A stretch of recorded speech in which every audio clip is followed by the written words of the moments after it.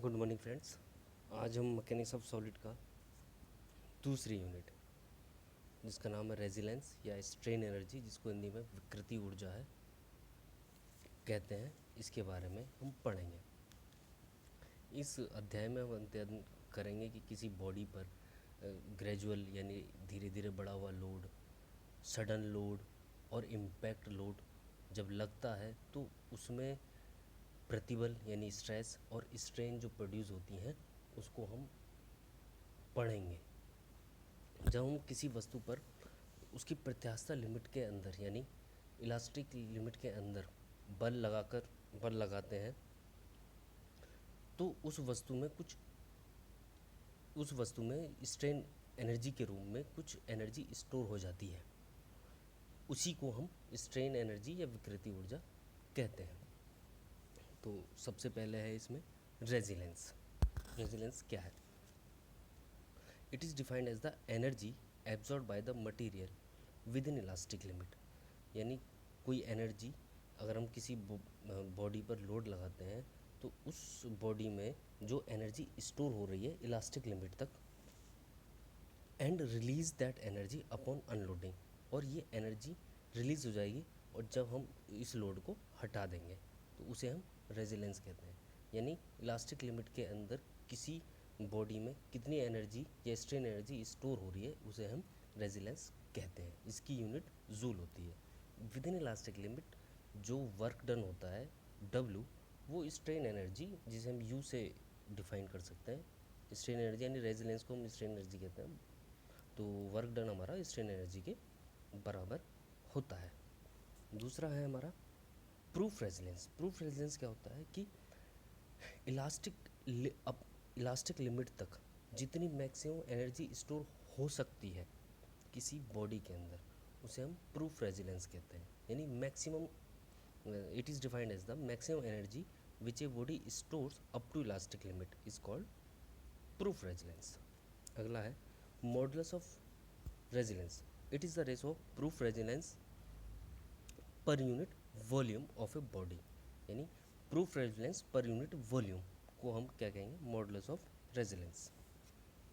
अब है strain energy in a simple tension and compression. यानी जो स्ट्रेन एनर्जी है सिंपल टेंशन या कंप्रेशन में, उसका हम फॉर्मूला निकालेंगे क्या होती है, उसे हम आगे पढ़ेंगे। इसमें सबसे पहले हम कंसिडर करते हैं एक कोई बॉडी या बार जिसका क्रॉस सेक्शनल एरिया A है और जिसकी जो लेंथ है स्मॉल l है, और ये एक सब्जेक्टेड है यानी इस पर लगा है एक लोड W। इस W लोड के कारण इस बॉडी की लेंथ डेल्टा L इंक्रीज़ हो जाती है और इसमें जो स्ट्रेस प्रोड्यूस होती है जिसे हम मैक्सिमम स्ट्रेस कहते हैं वो सिग्मा। इस डायग्राम से देखो कि अगर लोड ग्रेजुअल है तो जीरो से स्टार्ट होकर W मैक्सिमम तक जाएगा। तो अगर हम इसका W और एक्सटेंशन के बीच ग्राफ खींचें तो ग्राफ ये इस तरह से खींचेगा जो लगभग ट्राइंगल होगा।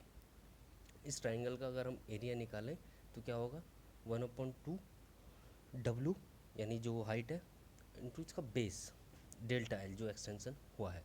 तो ये इसका वर्क डन भी यही होगा। रेजिलेंस और strain energy stored in the bar और body is equal to the work done by the load. यानी जो स्ट्रेन एनर्जी जो हम पहले पीछे पढ़ चुके हैं वो बराबर होगी वर्क डन के, जो हमने लोड के द्वारा वर्क डन किया। यानी strain energy is equal to load into deflection.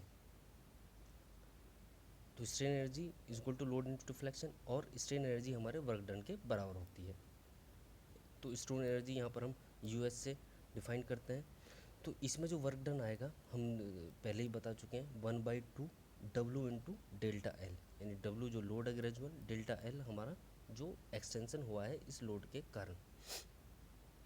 Delta L को हम कैसे निकाल सकते हैं? अब देखो हमें पता है कि जो स्ट्रेन होता है जिसे विकृति कहते हैं वो change in length upon original length होता है। तो change in length upon origin यानी सिग्मा, ये epsilon is equal to delta L upon L, यानी strain is equal to delta L upon L। तो डेल्टा L निकालने के लिए स्ट्रेन में ओरिजिनल लेंथ की मल्टीप्लिकेशन हो जाएगी, और हमें ये भी पता है कि within elastic limit Hooke's law के according stress directly proportional to strain होती है, और जब इस डायरेक्टली प्रोपोर्शनल का साइन हटाते हैं तो एक कांस्टेंट आ जाता है जिसे हम इलास्टिक कांस्टेंट कहते हैं या यंग मॉडुलस ऑफ इलास्टिसिटी कहते हैं।